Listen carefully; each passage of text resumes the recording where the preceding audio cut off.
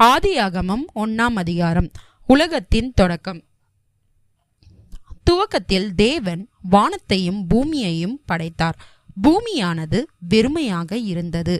தண்ணீரின் மேல் இருள் சூழ்ந்திருந்தது. தேவ ஆவியானவர் அந்த தண்ணீரின் மேல் அசைவாடி கொண்டிருந்தார். முதல் நாள் வெளிச்சம். அப்பொழுது தேவன் வெளிச்சம் உண்டாகட்டும் என்றார். வெளிச்சம் உண்டாயிற்று. தேவன் வெளிச்சத்தை பார்த்தார். அது நல்லதென்று அறிந்து கொண்டார். பிறகு தேவன் வெளிச்சத்தையும் இருளையும் வெவ்வேறாக பிரித்தார்.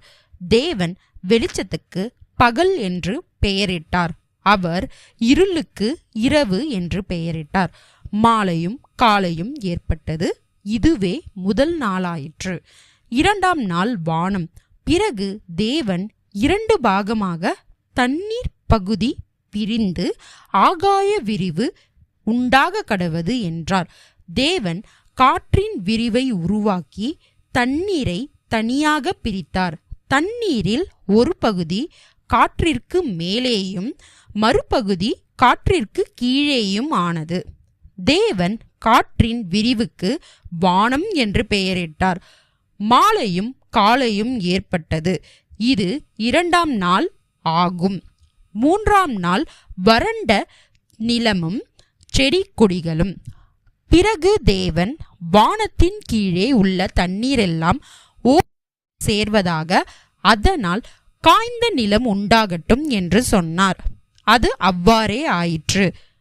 தேவன் அந்த காய்ந்த நிலத்துக்கு பூமி என்று பெயரிட்டார்.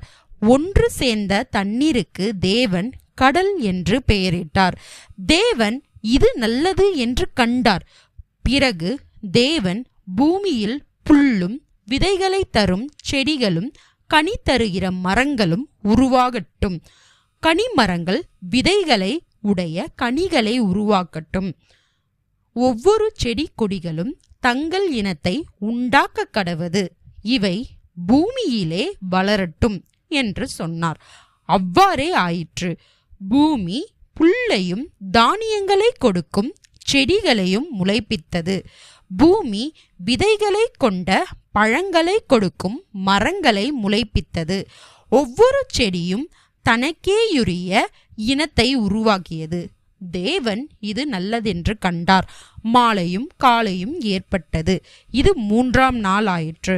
4வது நாள் சூரியன், சந்திரன், நட்சத்திரங்கள். பிறகு தேவன் வானத்தில் வெளிச்சம் உண்டாகட்டும். இந்த வெளிச்சமானது பகலையும் இரவையும் பிரிக்கட்டும். இந்த வெளிச்சங்கள் காலங்களையும் நாட்களையும் ஆண்டுகளையும் குறிப்பதாக இருக்கட்டும். இந்த வெளிச்சங்கள் வானத்திலிருந்து பூமிக்கு ஒளி தரட்டும் என்றார். அது அவ்வாறே ஆயிற்று. தேவன் 2 மகத்தான ஒளிச்சுடர்களை உண்டு பண்ணினார். தேவன் பெரிய ஒளிச்சுடரை பகலை ஆண்டு கொள்ளவும் சிறிய ஒளிச்சுடரை இரவை ஆண்டு கொள்ளவும் செய்தார். நட்சத்திரங்களையும் தேவன் உருவாக்கினார். தேவன் இந்த ஒளிச்சுடர்களை பூமிக்கு வெளிச்சம் தரும்படி வானத்தில் வைத்தார். இரவையும் பகலையும் ஆள்வதற்கு இந்த ஒளிச்சுடர்களை தேவன் வானத்தில் ஏற்படுத்தினார். இவை வெளிச்சத்துக்கும் இருளுக்கும் வேறுபாட்டை உண்டாக்கிற்று. இது நல்லது என்று தேவன் கண்டுகொண்டார். மாலையும் காலையும் ஏற்பட்டது. இது 4ஆம் நாள். 5ஆம் நாள் மீன்களும் பறவைகளும். பிறகு தேவன் தண்ணீரானது திரளான உயிரினங்களை தோற்றுவிப்பதாக, பூமியிலும் வானத்திலும் பறப்பதற்காக பறவைகள் உருவாகட்டும் என்றார். பிறகு தேவன் கடலில் வாழும் பெரிய உயிரினங்களை உருவாக்கினார். கடலுக்குள் அலைந்து திரிகிற ஏராளமான உயிரினங்களை படைத்தார். பல்வேறு வகையான கடல்வாழ் உயிர்களையும் படைத்தார். வானத்தில் பறந்து திரிகிறதற்கு பல்வேறு வகை பறவைகளையும் படைத்தார். தேவன் இது நல்லது என்று கண்டார். தேவன் அவைகளை ஆசீர்வதித்து இனப்பெருக்கம் செய்து எண்ணிக்கையில் விருத்தியடைந்து கடல் தண்ணீரை நிரப்புங்கள், மேலும் பறவைகள் பூமியில் பெருகட்டும் என்று சொன்னார். மாலையும் காலையும் ஏற்பட்டது. இது 5ஆம் நாள் ஆயிற்று. 6வது நாள் மிருகங்களும் மனிதர்களும். பிறகு தேவன் பூமியானது கால்நடைகள், ஊர்வன, காட்டு மிருகங்கள் முதலியனவற்றை அதன் இனத்திற்கு ஏற்ப தோற்றுவிப்பதாக என்றார். அவை அப்படியே உண்டானது. இவ்வாறு தேவன் எல்லா வகையான மிருகங்களையும் படைத்தார். அவர் காட்டு மிருகங்களையும் வீட்டு மிருகங்களையும் பூமியில் ஊர்ந்து செல்லும் விதவிதமான உயிரினங்களையும் படைத்தார். இவை நல்லதென்று தேவன் கண்டு கொண்டார். அதன் பிறகு தேவன், நாம் மனுக்குலத்தை நமது சாயலில் உருவாக்குவோம். மனிதர்கள் நம்மை போலவே இருப்பார்கள். அவர்கள் கடலில் உள்ள எல்லா மீன்களையும் வானத்தில் உள்ள பறவைகளையும் ஆண்டு கொள்ளட்டும். அவர்கள் பெரிய மிருகங்களையும் தரையில் ஊறும் உயிரினங்களையும் ஆண்டு கொள்ளட்டும் என்று சொன்னார். எனவே தேவன் தமது சொந்த சாயலிலேயே மனுக்குலத்தை படைத்தார். தேவனுடைய சாயலாகவே அவர்களை படைத்தார். தேவன் அவர்களை ஆண் என்றும் பெண் என்றும் படைத்தார்.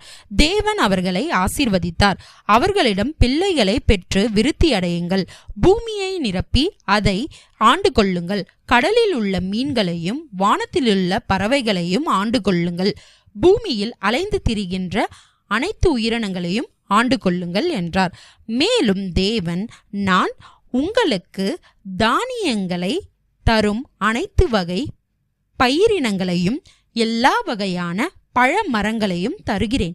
அந்த மரங்கள் விதைகளோடு கூடிய கனிகளை தரும். அந்த விதைகளும் கனிகளும் உங்களுக்கு உணவாகும். நான் புல் பூண்டுகளை எல்லாம் மிருகங்களுக்காக கொடுத்துள்ளேன். புல் பூண்டுகள் அவற்றுக்கு உணவாகும். பூமியில் உள்ள அனைத்து மிருகங்களும் வானத்தில் உள்ள அனைத்து பறவைகளும் தரையில் ஊர்கின்ற அனைத்து சிறு உயிரினங்களும் அவற்றை உணவாக கொள்ளும் என்றார். அது அவ்வாறே ஆயிற்று. தாம் உண்டாக்கிய அனைத்தும் மிக நன்றாக இருப்பதாக தேவன் கண்டார். மாலையும் காலையும் ஏற்பட்டது. இது 6வது நாள் ஆயிற்று.